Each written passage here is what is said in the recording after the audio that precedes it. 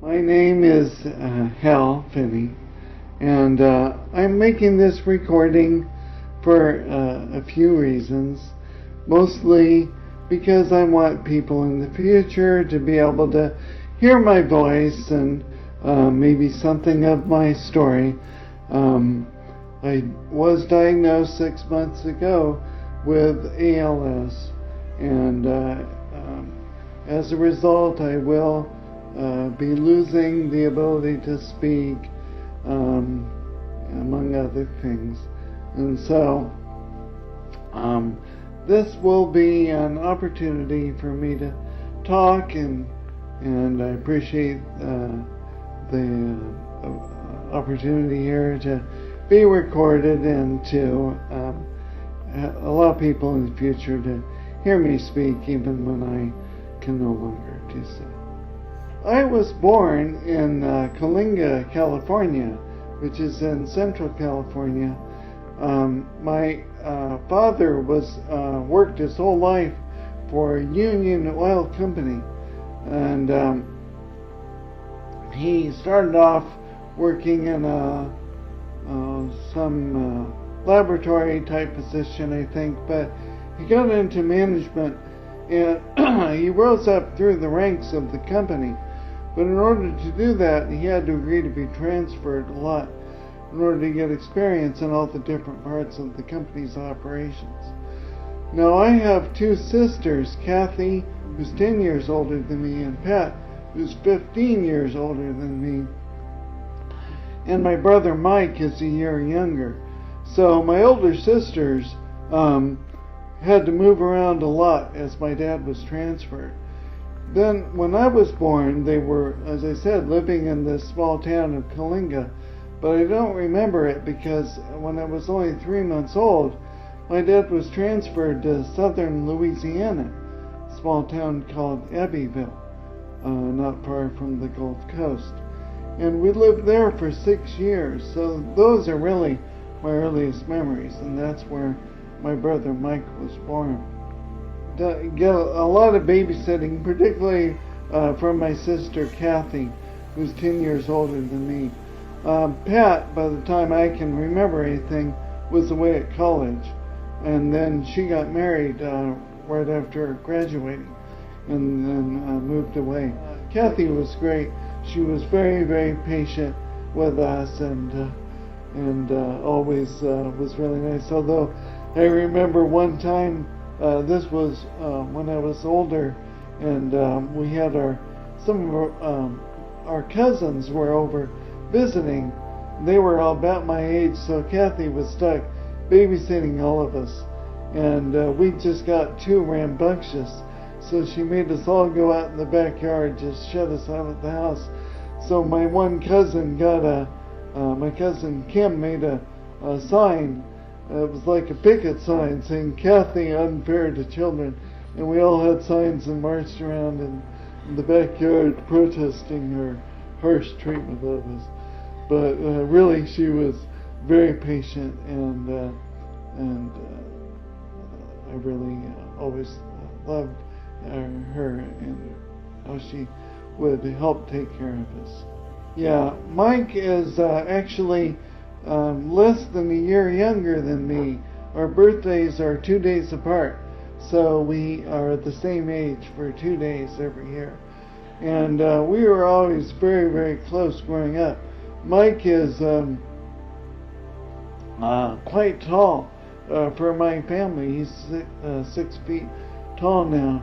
And as we were growing up, we were always about the same size. A lot of people thought we were twins when my mom would take us around. We got asked that a lot with the two boys. We're twins. But yeah, we were very close playmates. We always played together. We shared a bedroom until Kathy got old enough to move out. So we've had a lot of adventures together over the years. As I said, we grew up, I spent my first years in southern Louisiana, then we lived in Houston for 2 years, and then we moved out to the Los Angeles area where I was went to one school for 2 years, and then basically stayed in the same area for a long time. It was 8 years, maybe. And that was probably the longest time. Up until then, my parents had stayed in one place. One of the peculiarities of my youth is that I did not have a very high opinion of my own abilities. I was always very modest and really didn't think of myself as being particularly smart or unusual. I just thought I was more interested in certain topics than other people, but that was why I was better at those subjects, was just more due to interest than ability. Sometimes I find a technical subject just becomes absolutely fascinating to me. In fact, fascinating is an understatement. Obsession would be a better word. I can't think about anything else. And it's just learning about this technology, particularly in terms of computers, because when you learn a new computer technology, you can immediately put it to work by writing the software to use it and to be able to do things you couldn't do before. So this has happened to me a number of times over the years. It's completely uncontrollable when it happens. And it's really good in a way in that I'm amazingly productive during these times. I can write an amount of software programs that would take a normal person months and months to write, and I can just do it in a few days because I'm so excited and driven and obsessed about it. Usually, fortunately, these episodes don't last more than a week or two, I guess I would say. But it's always been a kind of peculiar mental trait that I've had, that I do occasionally get these. And I do kind of treasure them, even though they've gotten less common over the years. But it's always been something unique that I've had. And that was a lot of what has made me decide to work with computers, because that is what I have done throughout my career. I started working for a small software company that was founded by a bunch of Caltech people, and mostly only employed Caltech people. And some of their main projects in those days were some of the very first video games for home video game players. So I ended up programming quite a few video games. And it's funny because there's actually a lot of people on the net still today who are collectors of those early video game systems. And to them, I'm kind of a mini rock star as one of the developers of so many of those early games. Apparently, they actually have conventions and everything.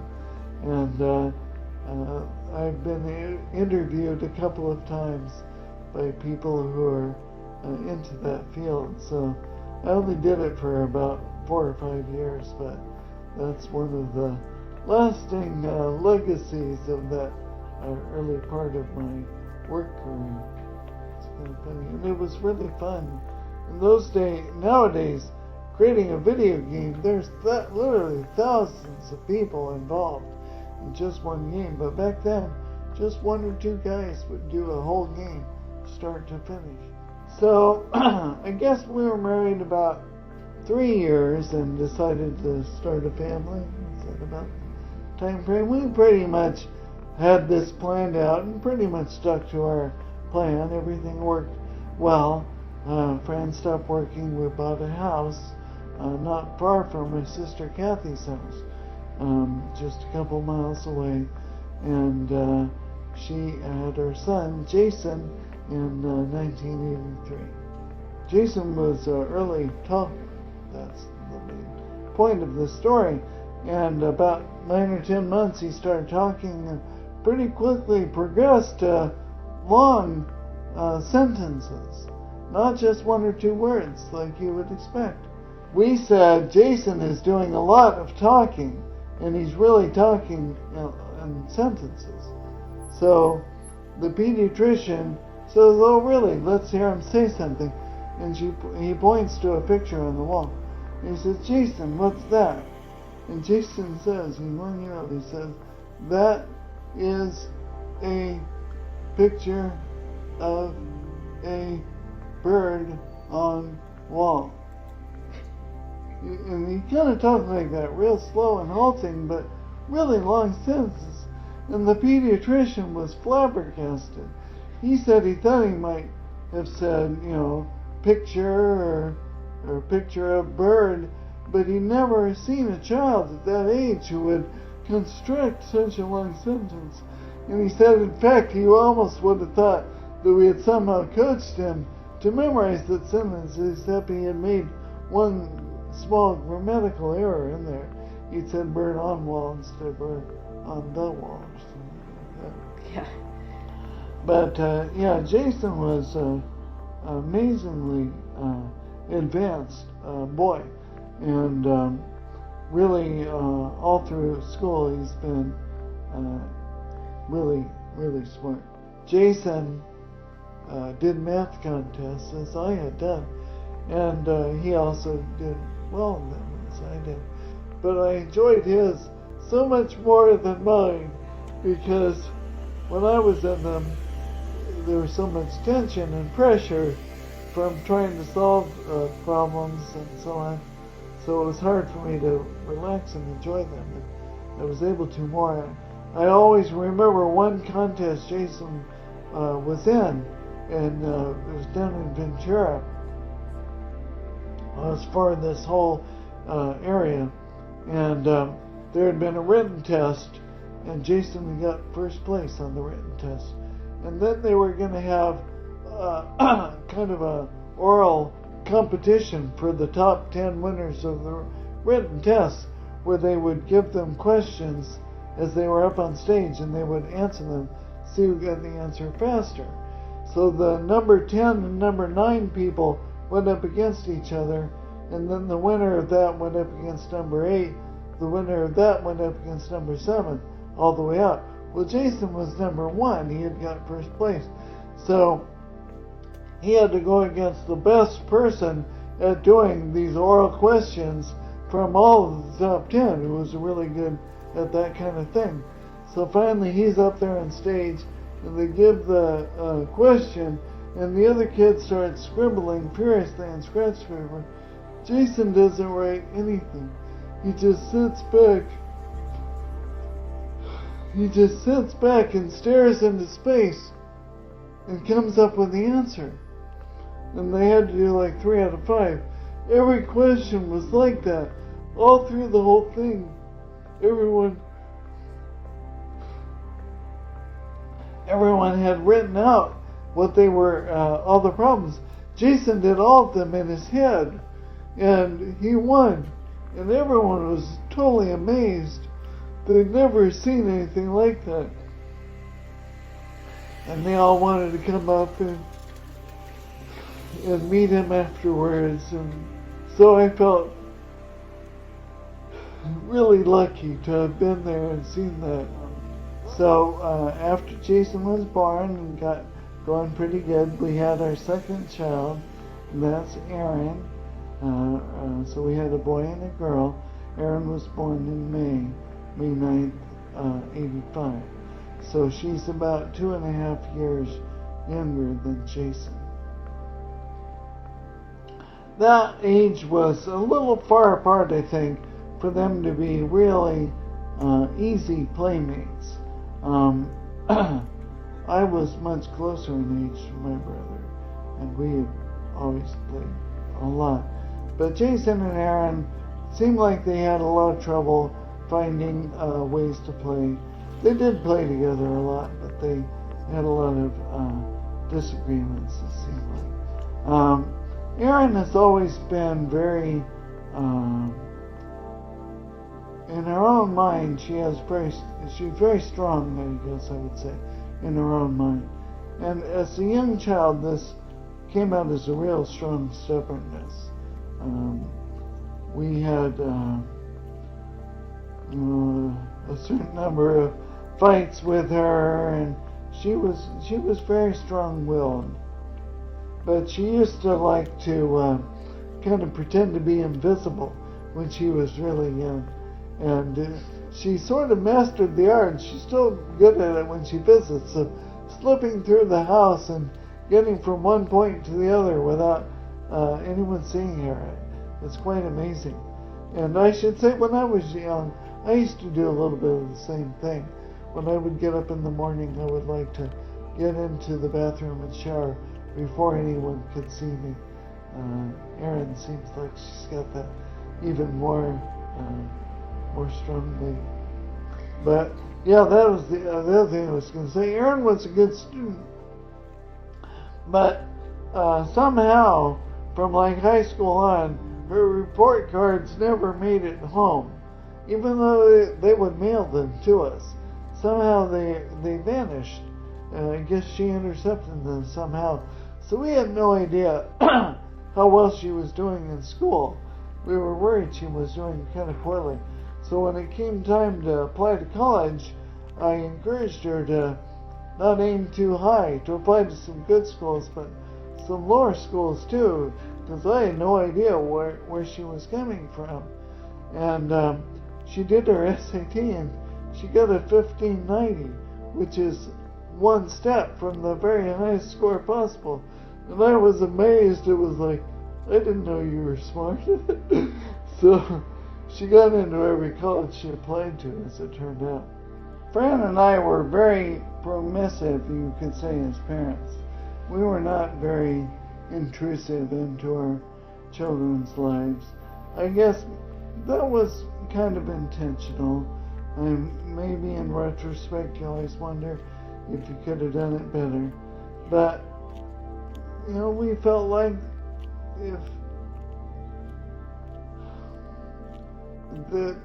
each person owns their own life, and they kind of have to make their own way in life. And we were there to provide a structure, a framework, to provide support, you know, to give them the opportunities to explore and do what they wanted to do.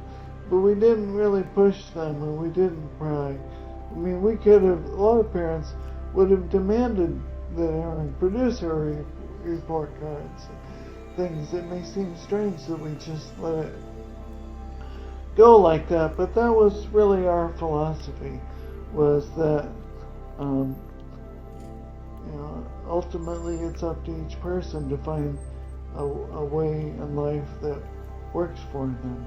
Allow people to make their decisions, to respect them, and you know, we love our kids more than anything. We do love our kids so much, and it's hard if you see them having hard times and so on, but we just try to respect the decisions they make and support them. You see parts of your personality in both of the kids, and certainly in Jason, but also in Erin. I felt often that her personality is a lot like mine. Erin, you know, she's turned out pretty good. She went to college, and she also went into computers. She got a degree in computer science, and she's presently living with her boyfriend, who also graduated from the same college. They both went to UC Irvine, and they're both living up now in Denver. But Erin loved animals, and joined the 4-H club. And then we started having all these animals in our house. First it was a rabbit, then guinea pigs, and then she got chickens. And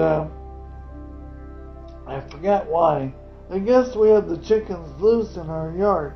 Erin would let them come in the house sometime. We had had dogs earlier, but they had died.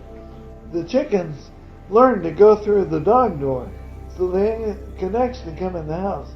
And we had a rooster, as well as chickens. So our chickens actually laid fertile eggs. And one of them laid a clutch of eggs in our guest bedroom, brooded them, and hatched the chicks right there in the guest bedroom. And it was the most amazing thing. We had pictures of it.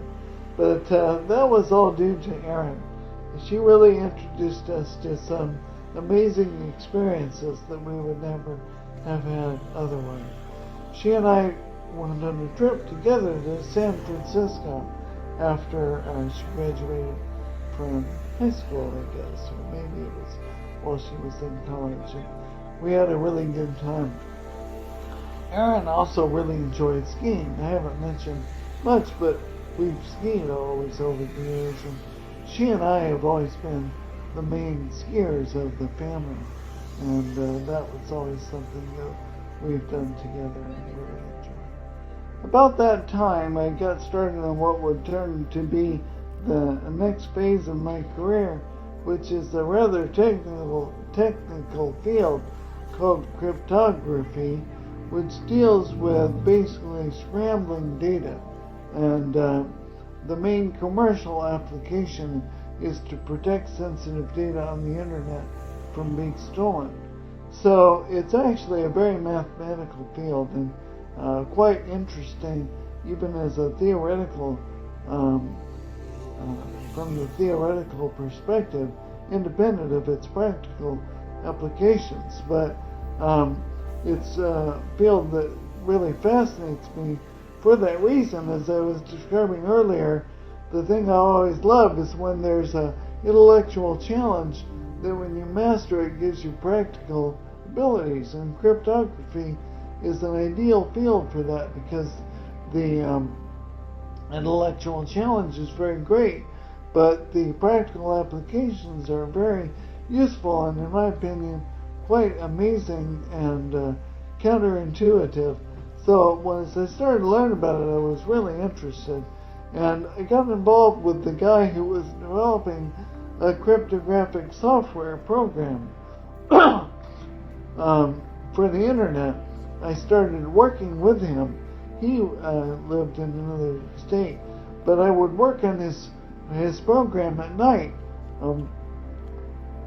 He had created kind of a first version, but he needed a lot of improvements. And for some reason, he didn't want to do the improvements. He was trying to get other people to do them. And so I became that person. So after a couple of years of the software being continually developed and used, he decided to start a company to commercialize it and orient it towards the business market.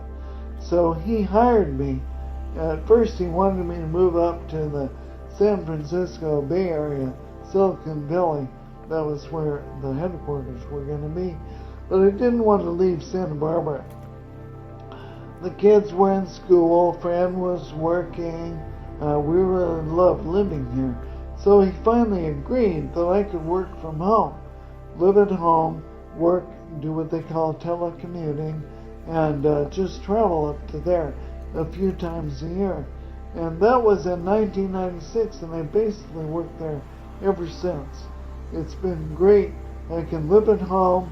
I work in cryptography, which is this field that I love, and I don't have to do too much travel. I have a lot of connections and respect within the field, and it's just been an ideal area for me. I've been really, really happy and satisfied working in that all these years.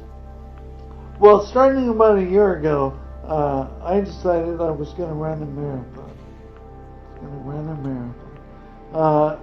2 years earlier, I joined Weight Watchers and I lost weight and I started exercising and I started running. And so I decided back then that I would try to run a half marathon, which is 13 miles. And at the time, that seemed like a nearly impossible goal. But I succeeded. I did run a half later that year. And I did a couple of more the next year. So I decided to set my sights on a full marathon. And last year, 2009, was going to be my year for that. I had mapped out a whole plan, and I'm confident that I could have done it. I started in January. I built up my running. By April, I was running more than 50 miles a week. I would go out on single runs of more than 20 miles in length. But I was starting to have some trouble.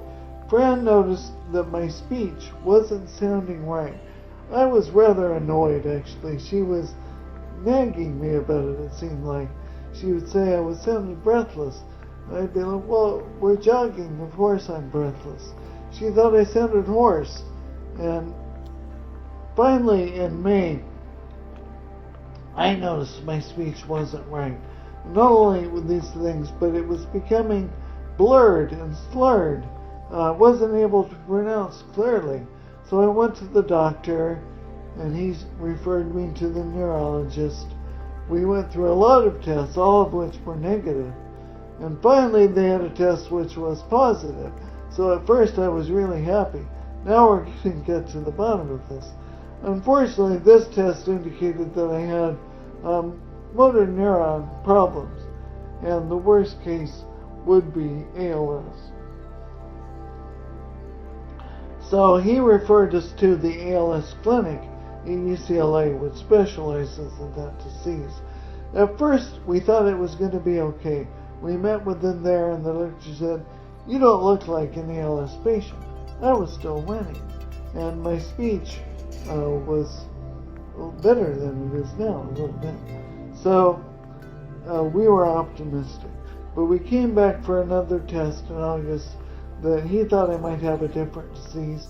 He did the test, and he said, "I'm sorry, this test indicates you do have ALS." So that came as a complete shock to us, because we really weren't expecting it. We've met people with advanced ALS, so we know what lies ahead, but we're going to do our best to deal with it. I think as long as I can communicate in some form, even if it's just eye blinks, I'm going to be okay. I can live like that.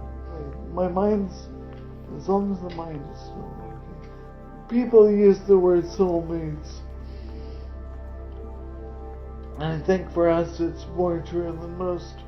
We've always felt that we came from very different backgrounds, but ended up in much the same place, philosophically. And we have a real partnership. So we view this disease as being one that affects both of us. We just have to maintain the partnership going forward. And I guess I would say thank you, except it seems like words aren't adequate. And it's more like I'm thinking of Fran as going to be part of me, the part of me that can move. And I just hope that it doesn't get too hard on her, that the work of caring for my body doesn't grow too heavy for me. But I just want to assure Hal that it will never be too hard. As long as you're there, I will be there with you. Always. My job is to keep going. Yeah, that's Hal's job. To stay there and to communicate as much as I can. And together we will be able to keep both of us going. I guess the advice I would give is reach out to other people and don't be afraid to ask for help and accept help. So many people resist the help of others, resist the use of assistive devices, and it's been a kind of a role reversal for me. I would say I used to be the leader of our family. I would do all the driving and make a lot of decisions, and now I delegate. Oh, that's how I think of it. I listen to other people, let the family help me, and I accept their help. And I think that works best because it brings everyone together as a team.